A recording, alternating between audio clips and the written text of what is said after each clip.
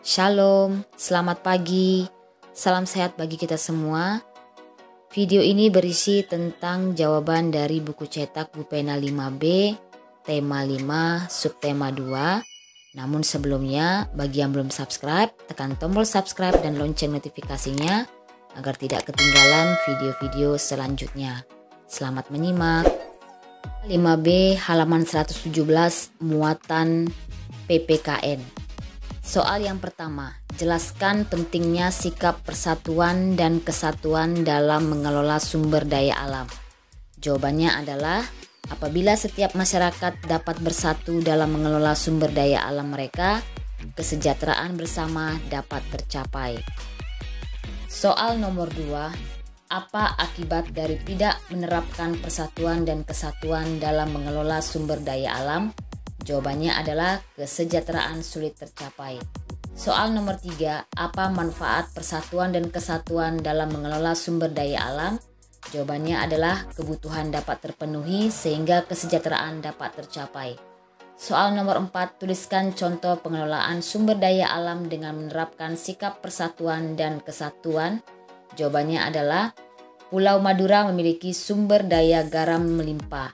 Sumber daya alam berupa garam tersebut diperlukan oleh masyarakat di berbagai pulau.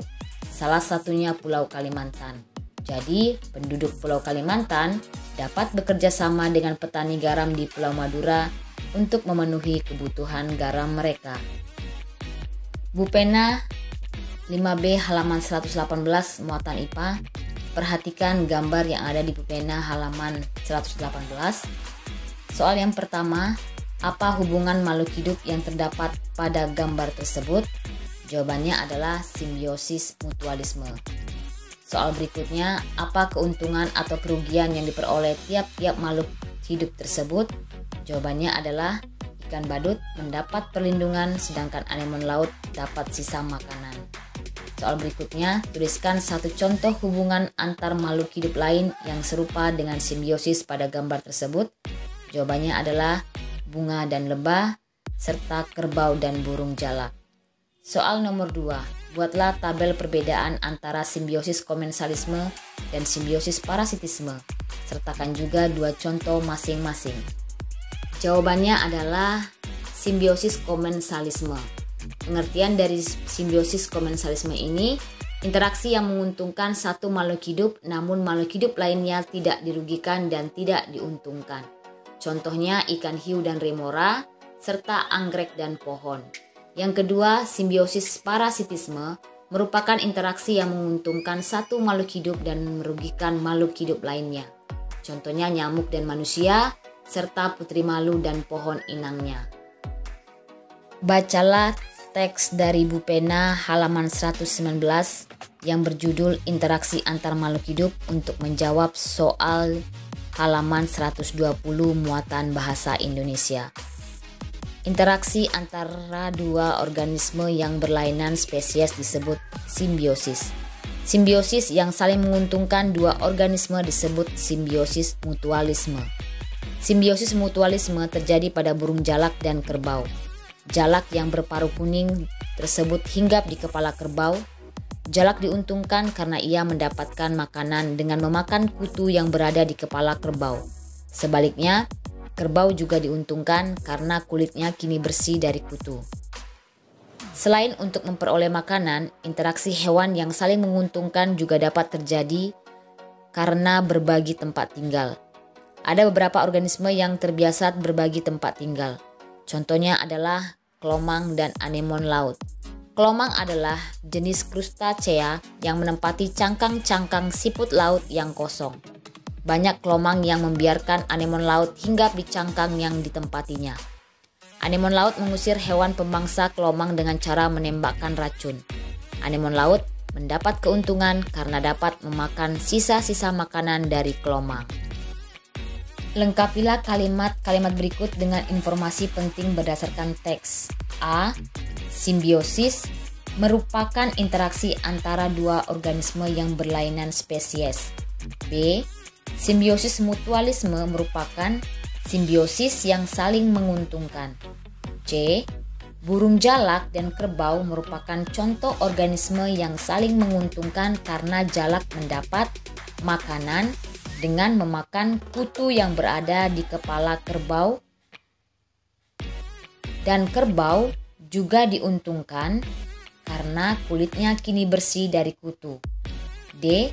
Simbiosis mutualisme juga terjadi pada hewan kelomang dan anemon laut. E. Kelomang mendapat keuntungan karena anemon mengusir hewan pemangsa kelomang dengan cara menembakkan racun. Bupena halaman 121 muatan SBDP. Soal yang pertama, tuliskan 3 contoh tarian daerah yang memiliki tema gerakan hewan. Jawabannya adalah tari kancet lasan dari Kalimantan dan tari merak dari Jawa Barat. Soal nomor 2, apa saja properti yang digunakan dalam tari kancet lasan dan tari merak? Jawabannya adalah properti tari kancet lasan adalah bulu-bulu burung enggang tiruan yang diikatkan pada jari tangan. Sedangkan properti tari merak adalah selendang dengan warna dan motif menyerupai burung merak. Latihan soal tema 5 subtema 2 Bupena halaman 125 muatan bahasa Indonesia. Soal yang pertama, kalimat yang berisi pikiran utama teks disebut kalimat. Jawabannya adalah A. Utama. Soal nomor 2, bacalah paragraf berikut. Tikus tidak dapat membuat sendiri makanannya. Hewan tersebut memakan makanan yang ada di lingkungannya. Oleh karena itu, hewan ini disebut sebagai konsumen. Makna kata konsumen berdasarkan paragraf di atas adalah jawabannya pemakan.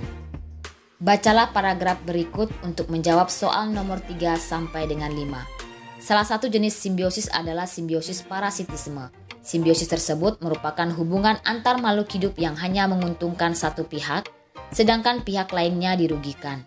Contoh dari simbiosis tersebut adalah bunga Rafflesia yang hidup menumpang pada tumbuhan inangnya.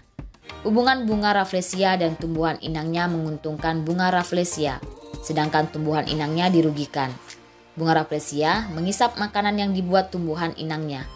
Hal ini tentu berakibat bunga Rafflesia tumbuh dengan subur, namun tumbuhan inang lama-kelamaan akan mati. Pertanyaan nomor 3, informasi penting yang diperoleh dari paragraf pertama pada teks tersebut adalah jawabannya, simbiosis parasitisme merupakan hubungan antar makhluk hidup yang hanya menguntungkan satu pihak, sedangkan pihak lainnya dirugikan. Soal nomor 4, ide pokok paragraf kedua pada teks tersebut adalah jawabannya, hubungan bunga Rafflesia dan tumbuhan inangnya yang menguntungkan bunga Rafflesia, sedangkan tumbuhan inangnya dirugikan. Soal nomor 5, buatlah kesimpulan berdasarkan teks tersebut. Jawabannya adalah kesimpulan dari teks tersebut, simbiosis parasitisme merupakan hubungan antar makhluk hidup yang hanya menguntungkan satu pihak, sedangkan pihak lainnya dirugikan. Contohnya adalah bunga Rafflesia dan tumbuhan inangnya. Bupena halaman 125 muatan IPA. Perhatikan rantai makanan berikut. Di situ ada rantai makanan katak dimakan X dan X dimakan burung elang. Makhluk hidup yang tepat untuk mengganti huruf X adalah jawabannya D, ular. Soal nomor 2, makhluk hidup dalam rantai makanan yang dapat melakukan fotosintesis berperan sebagai jawabannya produsen. Soal nomor 3, jenis simbiosis antara nyamuk dan manusia adalah simbiosis parasitisme. Soal nomor 4, gambarlah rantai makanan yang terdapat di hutan dalam bentuk bagan. Jawabannya adalah tanaman dimakan ulat, ulat dimakan burung kecil dimakan ular, ular dimakan elang, elang mati diuraikan pengurai. Soal nomor 5, jelaskan jenis simbiosis yang terjadi pada nyamuk dan manusia. Jawabannya adalah nyamuk diuntungkan karena mendapatkan zat makanan berupa darah manusia, sedangkan manusia dirugikan karena kulitnya menjadi gatal, bahkan dapat tertular penyakit dari nyamuk. Bupena 5B halaman 126 muatan SBDP. Soal nomor 1, berikut tarian dengan tema gerakan hewan yaitu tari. Jawabannya adalah C, merak. Nomor 2, Properti tari yang digunakan pada tarian di samping adalah jawabannya alu dan lesung. Soal nomor 3, dua contoh pola lantai dalam tari tersebut adalah pola lantai lurus dan melingkar. Soal nomor 4, apa fungsi properti tari? Fungsi properti tari adalah untuk memberikan keindahan pada tarian dan menyampaikan makna yang terkandung dalam tarian. Soal nomor 5, tuliskan 3 contoh tari daerah beserta musik pengiringnya. Jawabannya adalah tari saman dari Aceh diiringi musik rebana. Yang kedua, tari serimpi dari Yogyakarta diiringi musik gamelan. Dan yang ketiga, tari lenong dari Betawi diiringi musik gambang kromong. Bupena 5B halaman 126 muatan IPS. Soal nomor 1, kegiatan ekonomi yang cocok dilakukan di dataran tinggi adalah jawabannya A. Bertani. Soal nomor 2, kenampakan buatan yang biasa dimanfaatkan untuk dijadikan sumber tenaga listrik dan pengairan adalah jawabannya waduk. Soal nomor 3, pembuatan terasering bermanfaat bagi kegiatan ekonomi di bidang, jawabannya adalah pertanian. Soal nomor 4, tuliskan jenis kenampakan buatan. Jawabannya adalah waduk atau bendungan, pelabuhan, dan pemukiman. Soal nomor 5, tuliskan 3 kenampakan buatan beserta contoh pemanfaatannya. Jawabannya adalah waduk atau bendungan yang dibangun untuk penampungan air, pelabuhan dimanfaatkan sebagai tempat pemberhentian kapal laut yang membawa barang dari dalam dan luar negeri, pemukiman dibangun sebagai tempat tinggal manusia.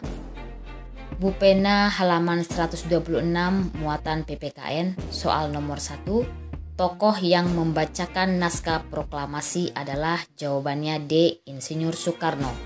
Soal nomor 2, contoh Persatuan Bangsa Indonesia dalam persiapan proklamasi adalah jawabannya bekerja sama menyusun teks proklamasi. Soal nomor 3, tuliskan manfaat gotong royong dalam kehidupan sehari-hari. Jawabannya, gotong royong dapat menumbuhkan semangat kekeluargaan sehingga meningkatkan persatuan dan kesatuan, mencegah perpecahan, serta menciptakan hubungan yang harmonis antar sesama. Dengan semangat kekeluargaan, kehidupan menjadi aman dan damai. Soal nomor 4, tuliskan 3 upaya meningkatkan semangat kekeluargaan dan gotong royong di lingkungan sekolah. Jawabannya adalah piket kelas, kerja bakti sekolah, dan mengumpulkan sumbangan membantu korban bencana. Demikianlah pembahasan soal tema 5 subtema 2 kita pada hari ini. Terima kasih, selamat belajar. Shalom.